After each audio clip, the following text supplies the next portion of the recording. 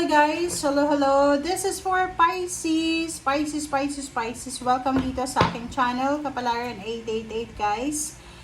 Welcome bago or dati kang subscribers. Thank you sa inyong lahat. Please, sa mga bago, please like, share, and subscribe. And sa mga dati kang subscribers, thank you sa inyong lahat, Pisces. Okay.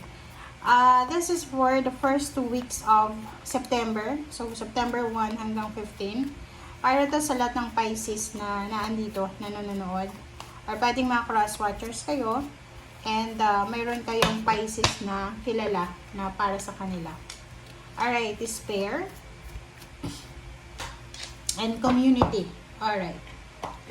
32, 5, 39, 9, 10, 11, 12. So, sinasabi ng bara sa'yo na Pisces, kung ano man tong problema mo, especially yung mga Pisces dyan na nag-a-apply ka ng trabaho tapos hindi ka makapasok-pasok, palaging sinasabi sa'yo, tatawagan ka na lang or kano pa man, pwedeng natatakot ka na ma-fire ka sa mawalan ka ng trabaho, ma-terminate ka, or pwedeng yung iba sa'yo dyan, natatakot kayo kung ano yung mangyayari sa inyo sa future.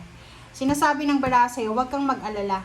Okay? Huwag kang mag-alala kasi there's an ending here. So, there's a celebration coming na posibleng maging solusyon sa kung ano man na problema natin sa salapi. Okay? So, sa mga Pisces dyan, kung nanonood ka ngayon tapos bad trip ka because nag-aalala ka sa kung ano yung mangyayari sa'yo sa future, yun na nga, sabi sa'yo ng baraha na, don't worry, okay? There's a completion, there's an ending. So, matatapos yan na problema mo. And there's a manifestation kasi pag 1 plus 2 is 3. So, there's a celebration coming. So, yun.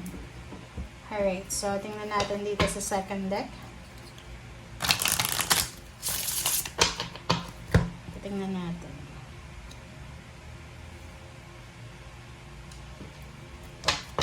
Okay.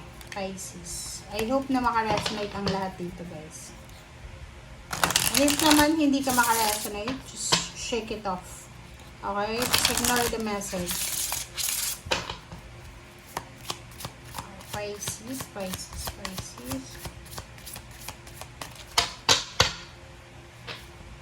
Okay. Focus. Wow. So, sa first 15 days ng September, kinakailangan mo Pisces na mag-focus sa kung ano yung ginagawa mo. Focus ka sa sarili mo. For example, focus ka sa sarili mo. Focus ka sa peace of mind mo, sa love life mo, sa trabaho mo. Focus ka para i-improve yung sarili mo. If naman nagda-diet ka, focus ka sa lifestyle mo. Kung gusto mo naman ng may mga hobbies kayo ngayon, so focus ka sa kung ano yung dapat bigyan ng focus ngayon sa sarili mo. Okay? So focus. Kung ikaw ay estudyante, malapit ka ng graduate, mag-focus ka sa ginagawa mo. Alright, so okay, Pisces. This is the third deck. Tingnan natin. Para ito sa lahat ng Pisces friends natin na nanonood dito. Okay. Pisces. Wow. Upright position. There's a victory in success. Next is Emperor, Hierophant, sorry guys. Sorry, this is 6 and 5. Okay, next is, there's an 8 of cups. Okay, next is Hangman. Wow, 6, 5, 8, 3. And Emperor, sabi ko na may Emperor kasi nakita ko yun sa, yung intuition ko sinasabi sa akin, there's an Emperor. Parang ganun. Alright, so, sa ilalim mo is, yun, eto ka, desperation. Diba? Sa ilalim mo yan. So, tingnan natin.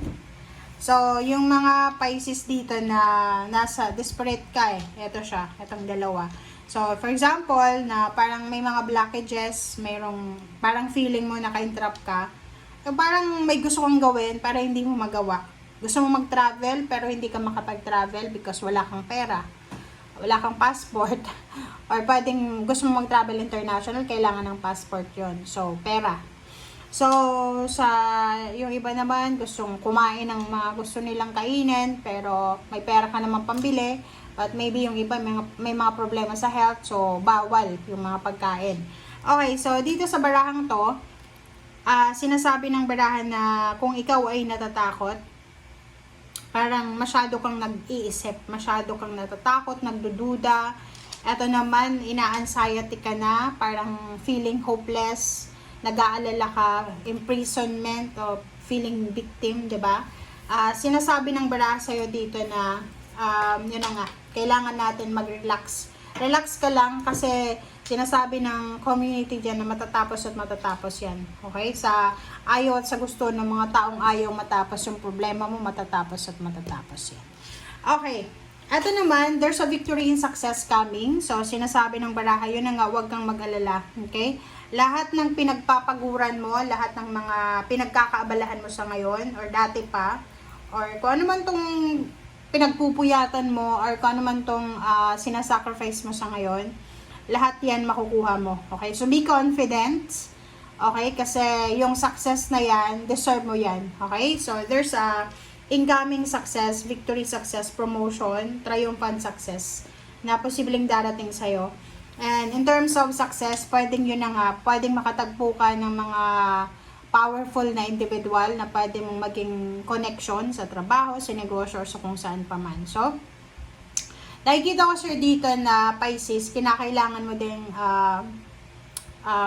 maintindihan yung, kumbaga, kung ano yung meron ka. It's either relationship yan. So, kung may karelasyon ka, make sure na alam mo na mayroon kang obligasyon sa relationship mo. Kung may business ka, alam mo na mayroon kang duties and responsibilities dyan sa business na yan, or lalo na sa trabaho. And this one, sinasabi sa'yo ng 8 of Cups dito na kinakailangan natin na kung tayo ay magdedesisyon, make sure na yung decision mo ay confident ka dyan. Yung parang nagdesisyon ka hindi dahil sa pressure ka, nagdesisyon ka dahil sa gusto mo eh. Ito yung gusto mo. Okay? So, there's an incoming travel, there's an incoming change, journey. And sinasabi ng baraha sa'yo dito na wag mong masyadong bigyan ng focus yung mga negative na nangyayari sa buhay mo. Mag-focus ka sa kung ano yung strength mo. Okay? And Hangman, yun na nga, if ever lang, yun, yung iba na nag-aantay ng kanilang tawag sa trabaho, yung mga unemployed or naghahanap ng trabaho, nag-aantay ng promotion or salary increase, sinasabi ng baraha, isipin mo na itong parang delays na to, itong postponement na to, ay oras ito para makapagpahinga ka. So, just think the brighter side, okay? Wag mong masyadong maliitin yung sarili mo, yung parang nagsa-self-pity ka na. And the Emperor, sinasabi ng baraha na to na be confident. Okay, be confident kasi ang dami-dami mo nang pinagdaanan. Marami ka nang na-overcome na, lalo na yung mga nasa 40s, 50s, or 60 years old, 70 years old, na namumroblema pa rin.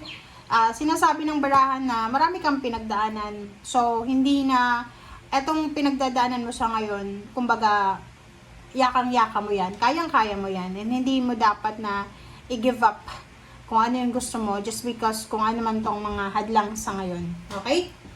Alright, so tingnan natin para to sa lahat ng Pisces. So, let's clarify kung ano ang gusto pang sabihin. Kung makaka-resonate ba yung mga barahang to sa mga nauna. Okay. The Lord of Shadows, 13-4. Oh, resonated siya sa ilalim. Oh. And King of Pentacles. Oh, diba?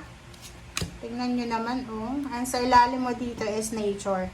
Nature and 5 of Wands. So, in case may mga problema tayo sa emotion, may mga away, gulo, may competition, yung parang magulo, maingay, like sa lugar kung saan ka nagtatrabaho, sa tinitirahan mo, or kung saan ka pa man na naroroon sa ngayon, na parang feeling mo, ang ingay na suffocated ka na, sinasabi ng barahan na spend time sa nature.